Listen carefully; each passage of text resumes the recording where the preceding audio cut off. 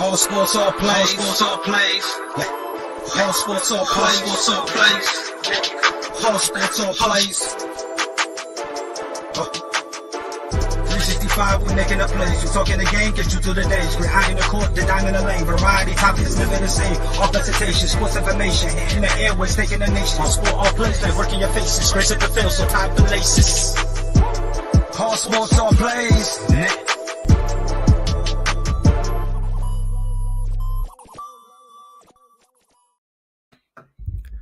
All right. Good evening, everyone, and welcome into a special ASAP interview that we have going on currently with one of our very special guests, as well as one of our partners, the AAL owner, AJ. Is it Rock? Am I saying that right? Oh, here we go. Roque. There we go. AJ Roque. Roque. Okay. So a little bit of a French background, right? Everybody gets it wrong. I get Rogue, Rock.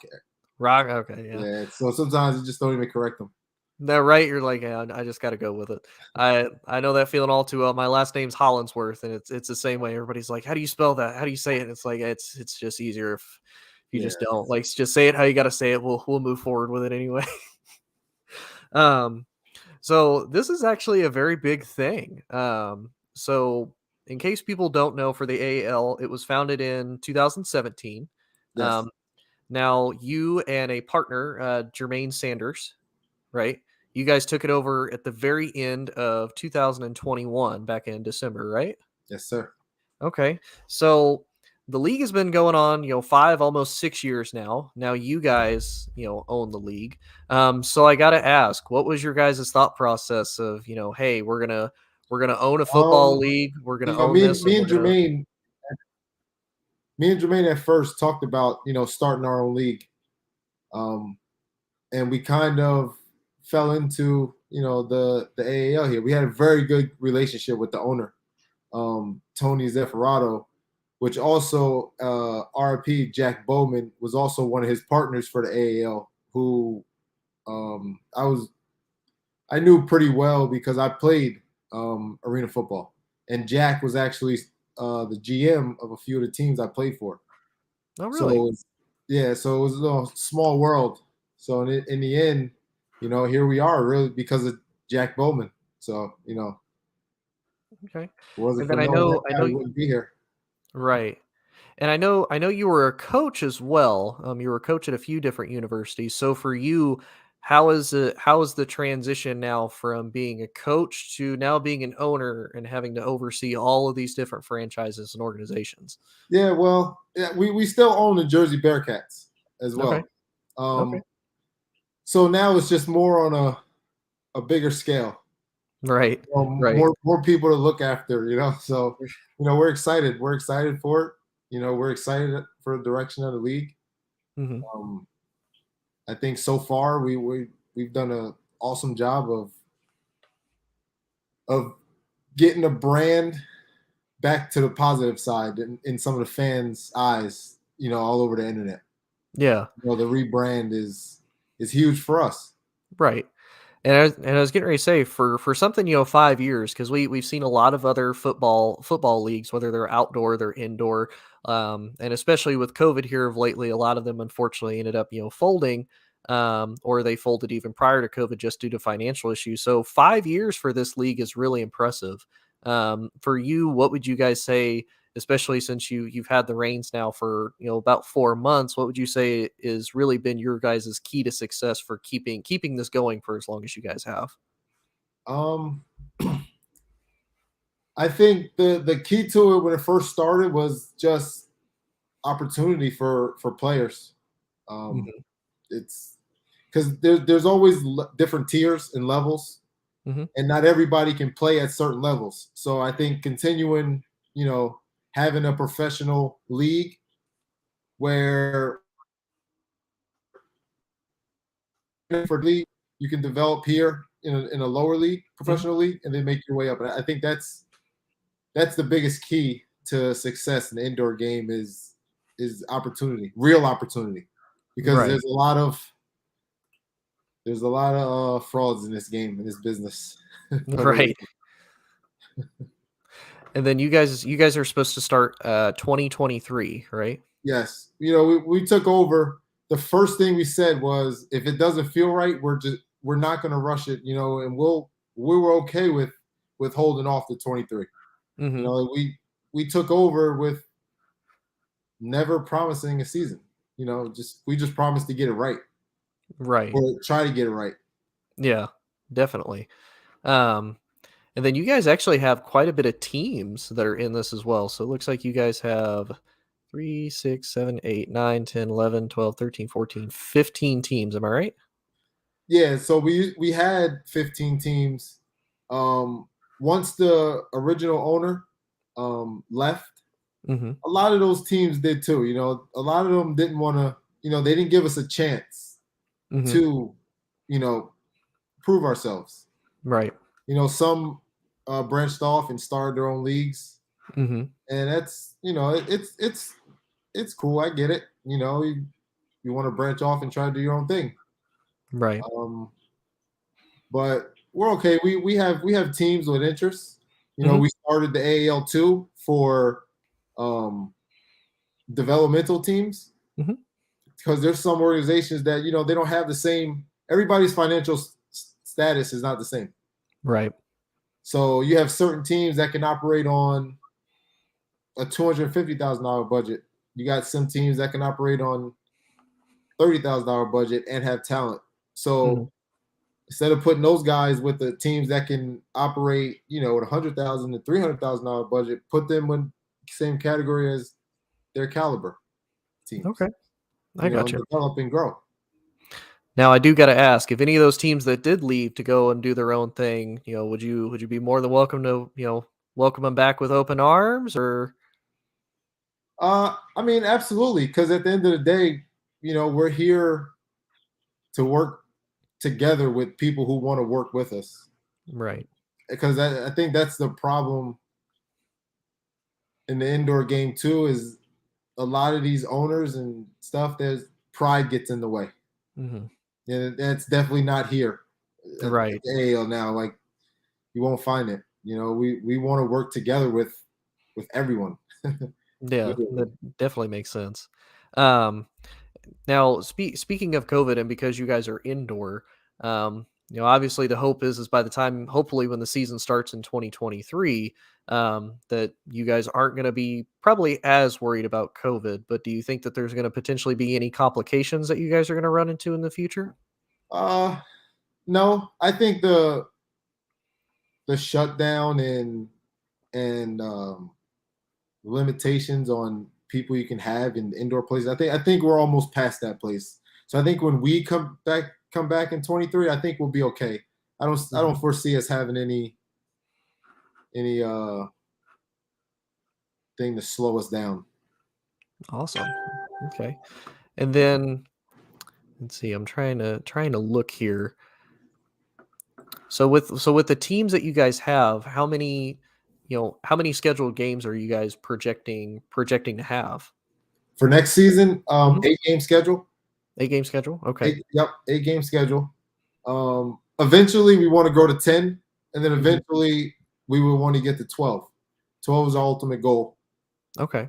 But And then again, we're here to build, and we're not looking to jump to 12. Listen, if we can get to 12, 2023, I mean 2023, awesome, perfect. Let's right. go to 12 games. But I'd rather start at 8 first. Yeah, definitely. And then make our way up to 12. Right. At least get your core bases, solid, make sure Exactly. everybody's okay with that. Exactly. Yep. And then move forward from there. Okay. I had a question, then it just completely escaped my mind. I did. Right. All the time. Dang it. I'm completely drawing a brain fart right now. Oh, here we go. Freddie. So Freddie, our CEO, asked, "Is it hard for you to stay in on the sidelines and not jump back on the field playing?" Because he said he heard that you could play back in the day. Oh, it's tough. That's why I try to stay around it. That's why I coach, college football at Division III level. I coach the Bearcats. I mean, I'm still going to coach, now owning the league. I love it too much to stop. So you're not. I can't play no more. I gotta be on the field scouting defenses and trying to win that matchup be there somehow, some way, anyway. somehow, some way. There's sometimes I get in trouble, because I'm calling plays and they break the huddle. I'm getting yelled at by the ref because I'm trying to get deep, but behind the quarterback to watch the defense, watch how they move and stuff. I say you're not going to have to do like Sean McVay and have somebody like that's their designated job is just keep you back on the sidelines, pulling you back. Sometimes it's bad. I wish I had somebody to do that. Hey, you let somebody. I guarantee you pay somebody, they'll be willing to do it. Absolutely. Have you had any offer? So obviously and I don't know if you've seen it or not. The NFL and XFL have kind of talked about like a partnership about like maybe interchanging some rules, kind of seeing how things go. Have you gotten anything like that either from the NFL, the XFL, even the NCAA? As far as like you guys reaching out for your talent, everything like that. No, not yet. But we have some things in place that have come out later on in the year with helping guys actually get real opportunities. Mm-hmm. Okay. And we're actually very excited about that. So we, like I said, we took the year off, but we have plenty of movement going on. Oh, definitely. Now you said so it's going to be an 8-game schedule. So about when would you want your season to start? Like, would you want it to start maybe after the NFL? That way, you guys can get a lot more publicity, a lot more media attraction. Since people are going to be looking for football, they want to watch something that they're going to enjoy. Do you think that's about the timeline that you'd be looking at, or would you be looking at something different? No, we'll probably start April. April. Second week of April, probably the weekend after Easter, so we can lose at least one bye week. Mm-hmm. Is really the thought of that too. Okay. And then for your guys, so since it'll be 8 games, what is roughly your playoffs going to look like? Is it going to be kind of like college where there's like your top 4 teams to face each other, and then whoever wins those 2 face off in your championship game? Yeah, basically. Okay. Or depending on how many teams you have, maybe you could take your top 6, give your top 2 from each division or something a bye. Okay. Something like that. But all that stuff depends on the amount of teams in your league. Mm-hmm. Yeah, definitely. As far as like how many participants you have, I'm assuming kind of what records they're going to have, everything like that will make Right. a lot of those kind of key decisions will follow through just with that. Mm-hmm. Now, are you guys also going to have a draft? Are you guys looking anywhere in particular in the draft? No draft. It's more guys. An indoor game, it's a lot of who you know. Mm-hmm. So guys follow coaches. Okay. Or guys, go to open tryouts and you find your diamond in the rough. There's plenty of them in the indoor game. Mm-hmm. And that's really how it goes. But we have some things going on where some combines and things like that, geared towards the AAL only. Mm-hmm. That's going to happen later on in the year going forward and stuff. So, we want to create opportunity for guys, ourselves for them. Right. Now, I do have to ask, similar to like how the NFL and you'll have college recruiters going out and looking at players. Do you guys have scouts that kind of go out and you kind of see maybe players that are kind of in the similar profession, maybe high school or something like that? These kids that are maybe coming out and they're like, hey, I want to be able to kind of fine tune my skills, like you said, give them an opportunity to grow. Do you guys try to kind of do the same thing depending on where the coach and the location is at? Yeah. Probably not really geared toward the kids out of college. Okay. I mean, myself, you got to go and take that opportunity. Oh, for sure. Playing college. You right. Just have to listen. Not everybody does, though. Mm-hmm. So, but yeah, definitely shy away from the high school and focus on the junior college guys, the smaller NCAA level guys. Mm-hmm. Whoever wants to continue playing professionally mm-hmm. and play and moving through the ranks. That's what we're here for.